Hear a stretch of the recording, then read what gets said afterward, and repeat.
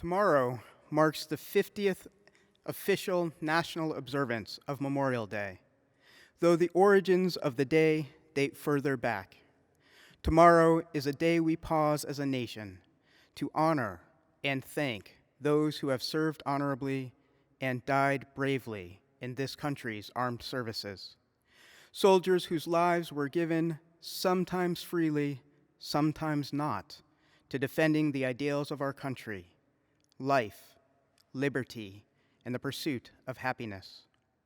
Throughout history, soldiers have entered military life for a variety of reasons, whether that be family or societal expectation, a means to a better life for themselves and family, patriotism, belief in a particular cause, being drafted, or out of necessity. The reason for joining becomes less important than the impact serving can have. Memorial Day honors those who said yes to the call of duty, who faced and overcame their fears, ultimately giving of their lives in service to something bigger than themselves. The question of whether or not war is just, whether violence is ever the answer or not, these are important questions to ask, but they are questions for another day. Tomorrow, Memorial Day, is a day to honor the dead. Like many things in modern-day life, Memorial Day has become a complicated day, or perhaps it always was a complicated day. It seems that in today's world, it is synonymous with the beginning of the summer season, which is coincidentally kicked off with this 3-day weekend, or at least a 3-day weekend for those who work Monday through Friday jobs that provide holidays off. It is connected to a weekend filled with sales for cars and electronics and everything in between. It is filled with barbecue parties and parades, or has been in the past and in no doubt will be again in the future. With the capitalist machine running full tilt forward, it is easy to forget the purpose of this day and its origins.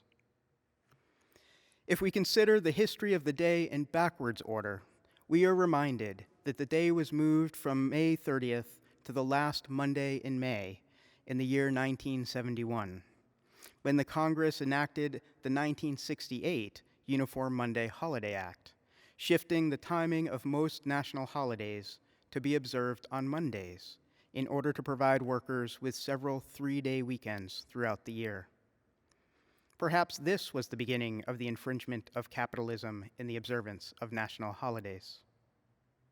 Skipping forward just briefly to the year 2000, congressional approval encouraged all Americans to lower flags to half-mast from morning rise to noontime, after which they were to be returned to the top of the mast for the remainder of the day. Additionally, we are all asked to pause at 3 p.m. local time in observation of a national moment of remembrance, a holding of the grief we can hold together. While originally crafted to honor those who died in the Civil War, by the end of World War II, Memorial Day included honoring military personnel who had died in all wars in which this country has been involved. The tradition continues to present day and often includes veterans and soldiers placing flags and flowers on the graves of fallen comrades. 3 years after the Civil War ended, General Order 11 was issued by General John A. Logan, who was then head of the Organization of Union Veterans, known as the Grand Army of the Republic. In it, he establishes Memorial Day's predecessor, Decoration Day. Legend has it that he chose the 30th of May as the date because it did not fall on the anniversary of any Civil War battles, though other researchers suspect that he chose the day in hopes of it being late enough into spring that flowers would be in bloom regardless of geography. That General Order 11 reads in part that the day is designated for the purpose of strewing with flowers or otherwise decorating the graves of comrades who died in defense of their country during the late rebellion, and whose bodies now lie in almost every city, village, and hamlet churchyard in the land. He continues later in the declaration to say, "Let us then, at the time appointed, gather around their sacred remains and garland the passionless mounds above them with the choicest flowers of springtime. Let us raise above them the dear old flag they saved from dishonor. Let us, in this solemn presence, renew our pledges to aid and assist those whom they have left among us as a sacred charge upon a nation's gratitude, the soldiers and sailors, widow and orphan." At least, that is the official story. Like many of our American stories, they can both inform and obscure. Some scholars, such as Yale University professor David W. Blight, author of Race and Reunion, The Civil War in American Memory, points to the year 1865, just 3 weeks after the Confederate surrender that ended the Civil War. He points to this as the first Memorial Day observance. Hundreds of Union soldiers, most of them black, had been interred at a makeshift prison at the Washington Race Course and Jockey Club, now known as Hampton Park, in Charleston, South Carolina. The conditions were terrible, and most died by disease and exposure, resulting in their burial in a mass grave. According to Blight, 28 black workmen went to the site, reburied the Union dead properly, and built a high fence around the cemetery. They whitewashed the fence and built an archway over the entrance on which they inscribed the words, "Martyrs of the Race Course." The burial ground became known as Union Cemetery.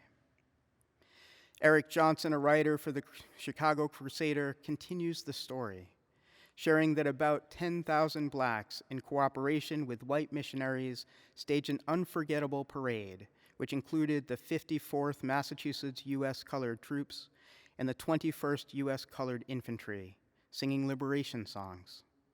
They would eventually be joined by 3,000 black schoolchildren who led a parade procession carrying armloads of roses and singing. The children were followed by several hundred women with baskets and flowers, wreaths, and crosses. According to Blight, many parade spectators gathered at Union Cemetery's entrance, white and black together. There, black children sang patriotic songs and spirituals before several ministers read scriptures. What I am struck by is the communal response to death and a mass grave, the importance of collective grieving and the honoring of lives lived that comes with reburying the dead properly. While the subsequent parade can be understood as a celebration of the end of the war and the beginning of a new freedom, the decorating of the graves and the picnics at graveside cannot be overlooked as anything other than expressions of grief and love. It is this communal grieving that brings us to observe Memorial Day each year, a desire to honor and mourn, to remember and support those left behind after the dead die.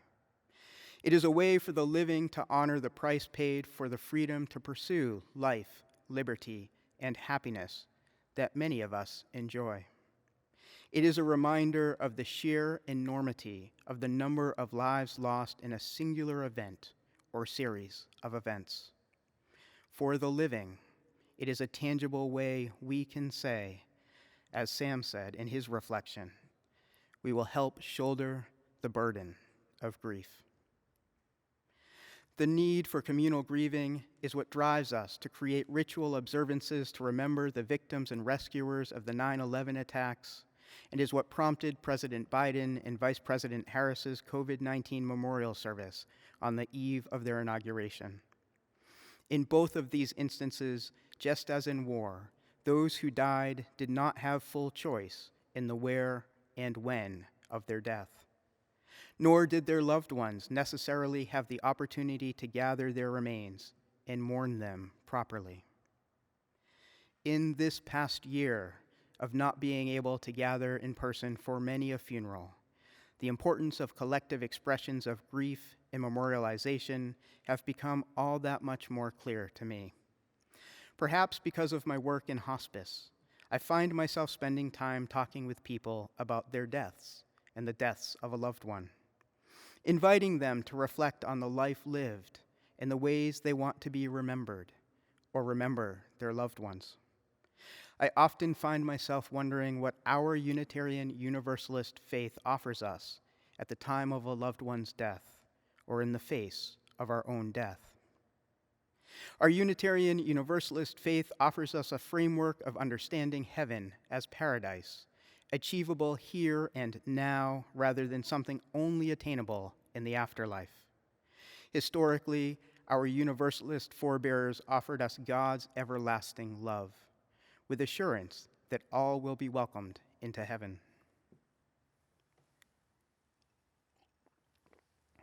I trust in our Universalist knowing of this unwavering holy love.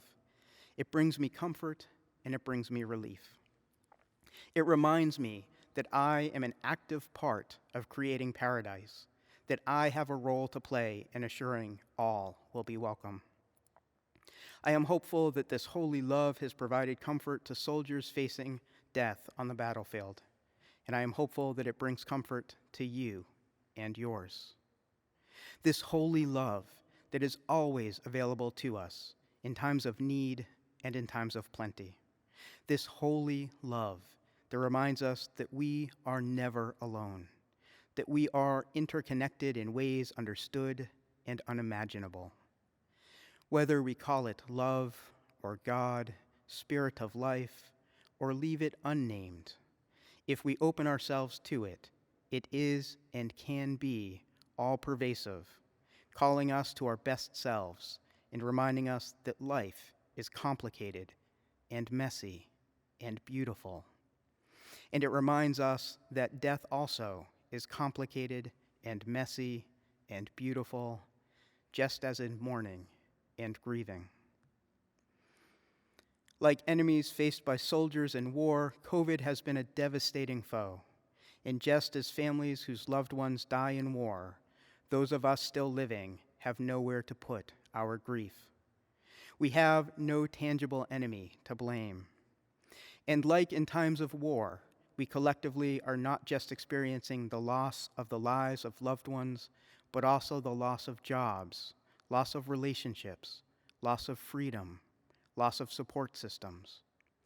We cannot deny the inequities of those support systems, that just as the Black Union soldiers experience different treatment than their white counterparts, we too must recognize that India, Nepal, Venezuela, so many countries around the world are still struggling and still waiting. We cannot ignore the increase in anti-Asian and anti-Black hate crimes. We cannot understand them as people lashing out in grief and fear while simultaneously calling for systemic changes in society. But we cannot ignore they are happening, nor can we ignore the disparities in access to healthcare and vaccines. We cannot ignore the targeting of anti-trans legislation, nor the attempts at voter suppression, nor humanity's impact on the planet and climate. Our UU faith teaches us that we are an interconnected web, that what happens to one of us impacts all of us. This is true in justice, and this is true in grief. Our interconnectedness means that when we come together for collective grieving, we are not just grieving for the people we love, but all the people of the world. Let us then mourn, feel our grief, begin to untangle, and also take moments to recognize the joy of being alive, of making it through a time of strife. That joy and grief can exist in the same moment, on the same day, that they are inextricably intertwined. Maybe this Memorial Day can teach us something important, to be bigger, in honoring of death, a celebration that science is starting to give us reprieve, and a reminder that all life is sacred. But also, let us remember the day for what it is meant to represent, a collective mourning for those soldiers who gave of their lives in war. Let us enjoy the freedoms we have with appreciation for their selfless act and with tenderness for those they leave behind. May it be so, and may we be the ones to make it so. Amen.